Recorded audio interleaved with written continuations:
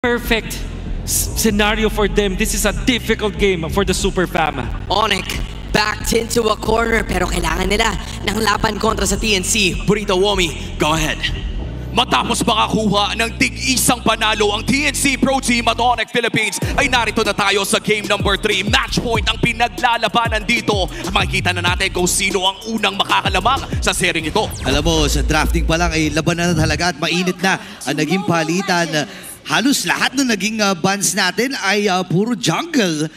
At parang nahirapan ata ang Onyx PH na ilagay sa kung ano man ang hero na pwedeng gamitin dito ni King Kong. At sa totoo lang, no, parang ngayon ko nga lang ata nakitang gumamit ng akay si King Kong this entire Season 16 of MPL Philippines. Pero nakombohan naman nila ito sa isang comfort pick na hawak naman ni Kirk on this Arlott.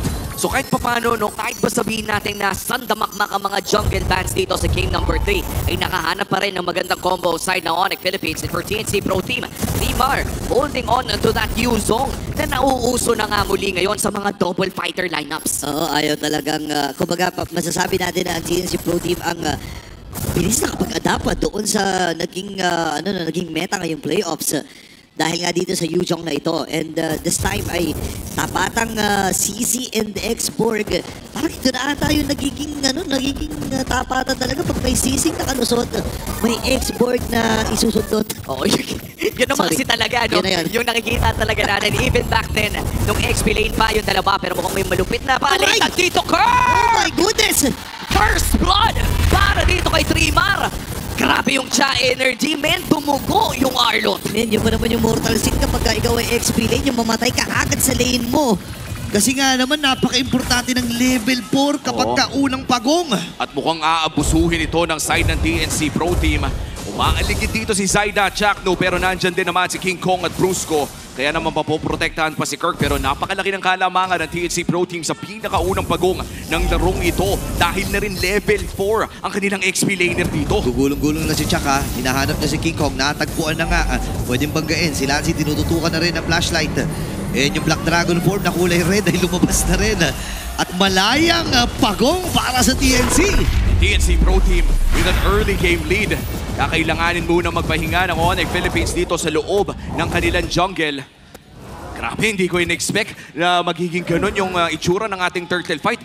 Yung pala yung mga nangyayari kapag nagkakaroon ng mga solo kill sa XP lane. Oo, napakahirap talaga. Pero Zyda ay sisilip din sa may bottom. Sa kabilang panig na pagkaganap at yung heavy spin. Tuloy-tuloy! Yung mga dashes mula dito kay Kirk, napakagandang pagbawi mula sa XP laner from Onyx PH. Ngayon sabi ni Trimar, sige, subukan mo na iwasan din yung final slash.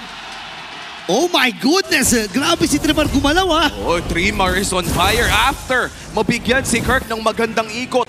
Mula dito sa Onyx Philippines ay agara naman niyang in-enter yung 2v1 na yun. Pero may laban pa nga dito sa mid lane. Papasok si Jackdo. Makakalipad naman pero Purify ay nariyan. At quits lamang dito sa mid lane. Nagkapalitan lamang ng battle spells. Men, ang hirap ng kalagayan ngayon ni Kirk, kaka-level 5 lang.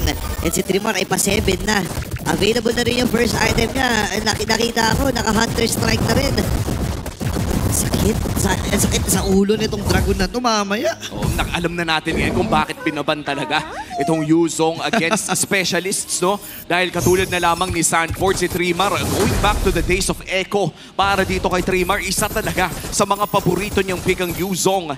Ngayon naman nagagamit niya muli sa mga double fighter lineup, ay siguradong masaya si Trimar dito. In fact, napakalaki ng lamang nila around this area of the map dahil na rin sa mga nangyayari dito sa XP lane. Pero palayo naman dyan ang pangalawang pagong natin, 20 segundos bago ito lumabas at malapit ito sa gold lane. In terms of our gold lane matchups, Benny Cutie versus Kelra na natin sa Infinix in-game equipment, malapit lang naman ang kanilang goals. Oo, dikitan lang talaga halos. Then babalik na rin si Benny Cutie right after niya sumilip sa gitna.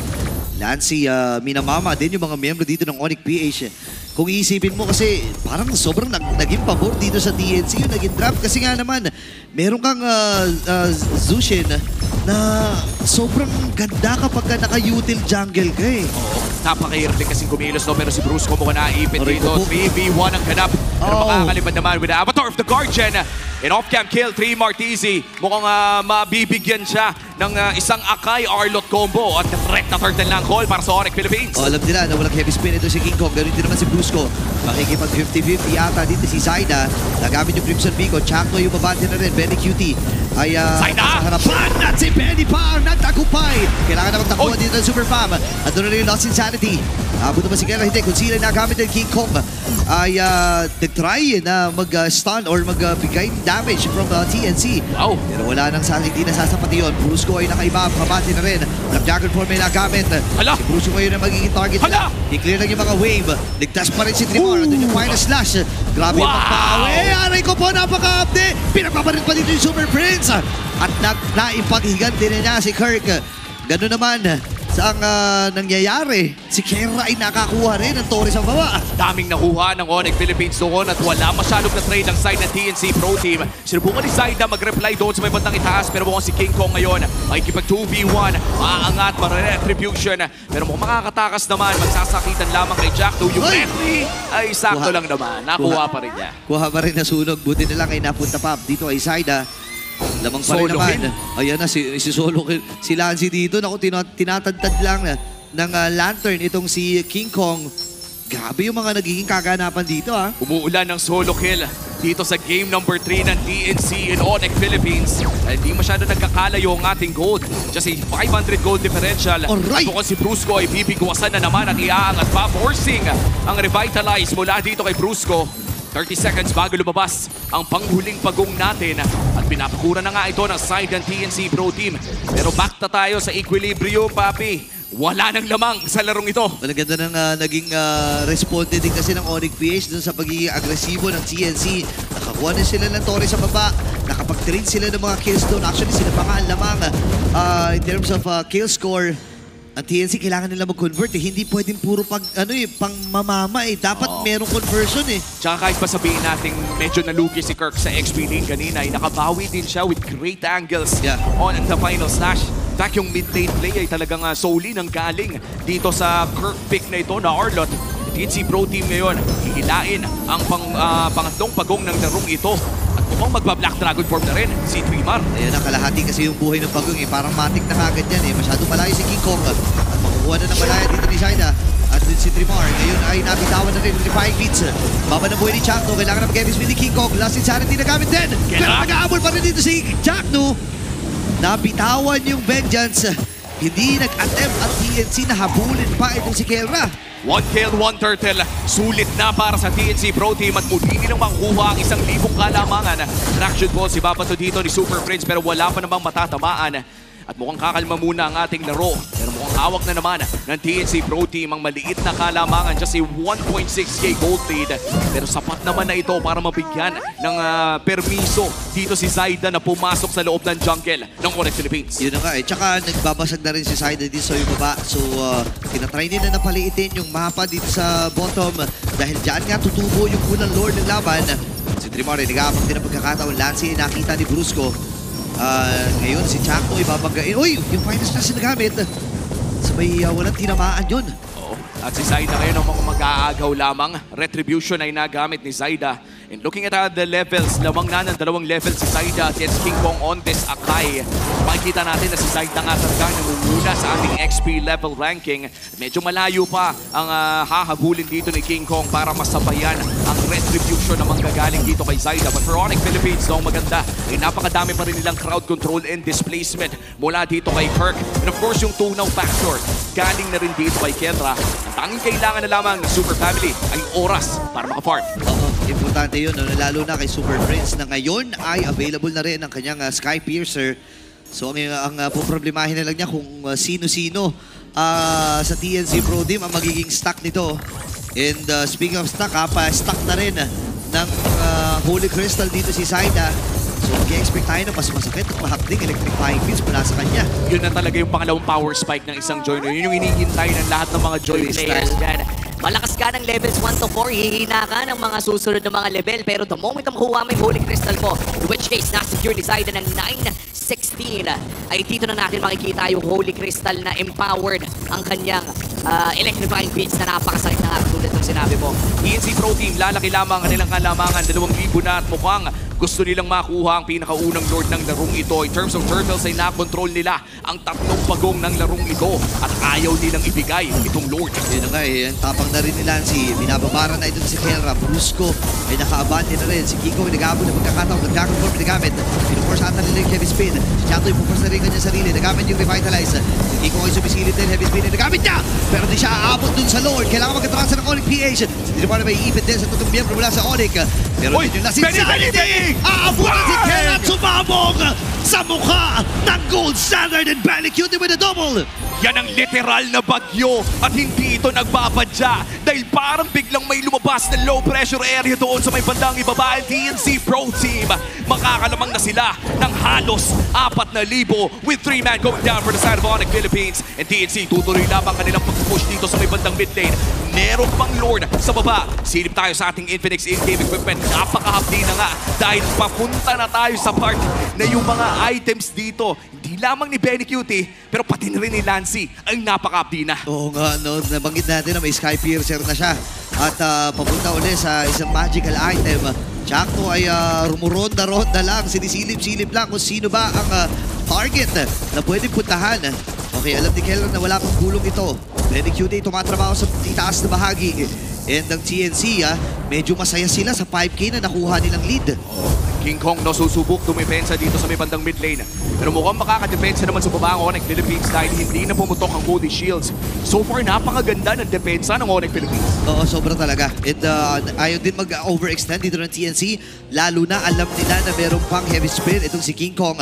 Baka mamaya ay mabigyan kung sino man ang medyo lumalim dito sa TNC. So ngayon, kakalmahan muna ng Phoenix Army. Alam nila na hawak nila ang kalamangan at pipilitin ng Onyx Nation tumigit. Kaya lalalim at aangat sila doon sa sa farming space na dapat kanila. Kontrolado talaga ng TNC Pro Team ang mapa ngayon. And alam mo, may teorya ako, Burrito. Ano yan? Pakiramdam ko nakatulong kay TNC Pro Team yung Project Next na double fighter meta. Kasi kung babalikan natin ang karera ng bagyo na si Benny Cutie, may oras din talaga na puro fighter yung ginagamit niya. Iba pa yung mga roles nun, pare. Oo. At ngayon na nagbabalik yun, yung experience mula sa era ng MNBB na yun, ay nakakatulong sa kanila ngayon. Yun nga, tsaka yun nga yung sinasabi natin na hindi nahirapang mag-adjust itong si Benny Cutie dito sa bagong bagong meta na nangyayari. Dahil nga naman dinadaanan niya ito, so talagang masasabi natin na komportable ang TNC Pro Team. Though yung ibang mga gold laners natin ay medyo nag-a-adjust pa, no? And masasabi natin na sa performance din ay ganun. TNC Pro Team, para bang ginawa ito para sa kanila eh. Nakatulong talaga. Nakita natin na nag-improve ang stats ng TNC Pro Team mula regular season all the way dito sa playoffs. Ngayon, kinukulong na nila ang Onyx Philippines dito sa kanilang base bago lumabas ang pangalawang Lord ng larong ito. Tandaan natin na nakasalalay po dito ay match point para sa game number 3. Kapag nasecure ito ng kahit sinong kumunan, ay isang panalo na lang ang kanilang kailangan para magpatuloy sa ating playoffs. Reminder lang, laglagan ang match na ito. Semi-finals ng lower bracket. And look at this, Onyx Philippines and Team Liquid Philippines nasa loob ng lower bracket natin, pare. Isa sa dalawang mga defending champions natin sa international titles ay sigurado hindi makakalipad. Diba? Parang ito talaga yung nangyayari sa Onyx PH. And the Chakto ay aabati na rin. Laglagan form ay nagamit na. Tinutukan pa nga. And si Chakto, isasakripisyo yung kanyang sarili. Nagamit yung kanyang revitalize. Sabi ni Chakto, sige na, patayin nyo na ako.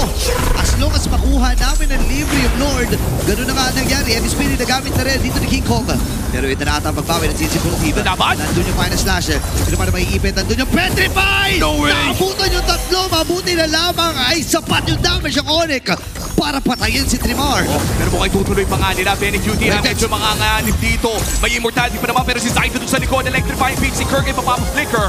At may Lord sa gitna. Ang side ng TNC Pro Team pero kailangan muna sagutin yung problema na namumuo sa bottom lane. Alam mo, buti na lang ay napatay yung dalawang miyembro ng CNC. Masasabi natin na kayang hawakan ito ng Onyx.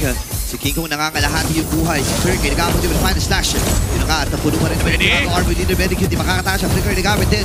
Yung Lord ay niyakap na ng Super Pam. para hindi pa makahampas muli at tagumpay ang pagdepensa ng Onyx PH. This is the second Lord push na binato ng TNC Pro Team. Pero patuloy pa rin nakakadepensa ang side ng Onyx Philippines. Hindi pa sila nawawala ng inhibitor turret at hindi malayo umabot na kayo sa punto na hindi na nga nagmamatter ang ating gold team. Oo. At yun yung inaantay actually ng Onyx PH. Kung titignan mo, dun din kasi sa lineup na meron sila eh. Ito nga, si Super Prince. Actually, siya lang yung inaasahan nila dito pagdating sa damage. Bukod dito kay Kelra. And para sa TNC, pwede nilang samantalahin yung pagkakataon na okay, sige, hanggat hindi pa umaabot dun sa punto na yung power spike ni Super Prince ay nabuo niya, kunin na natin ang kunin or patay na tayo ng patay. Lalo na ngayon, hindi pa, kung mabubuhay man itong Lord na to, hindi pa ito yung enhance. So, if ever man, pwede na nilang kunin ito at wag nang hayaan pa na tumagal itong larong ito. Buti nga nabanggit mo si Super Prince, no? Dahil dyan talaga umaasa ang Onyx Philippines. Nabanggit mo ito kanina, Burrito.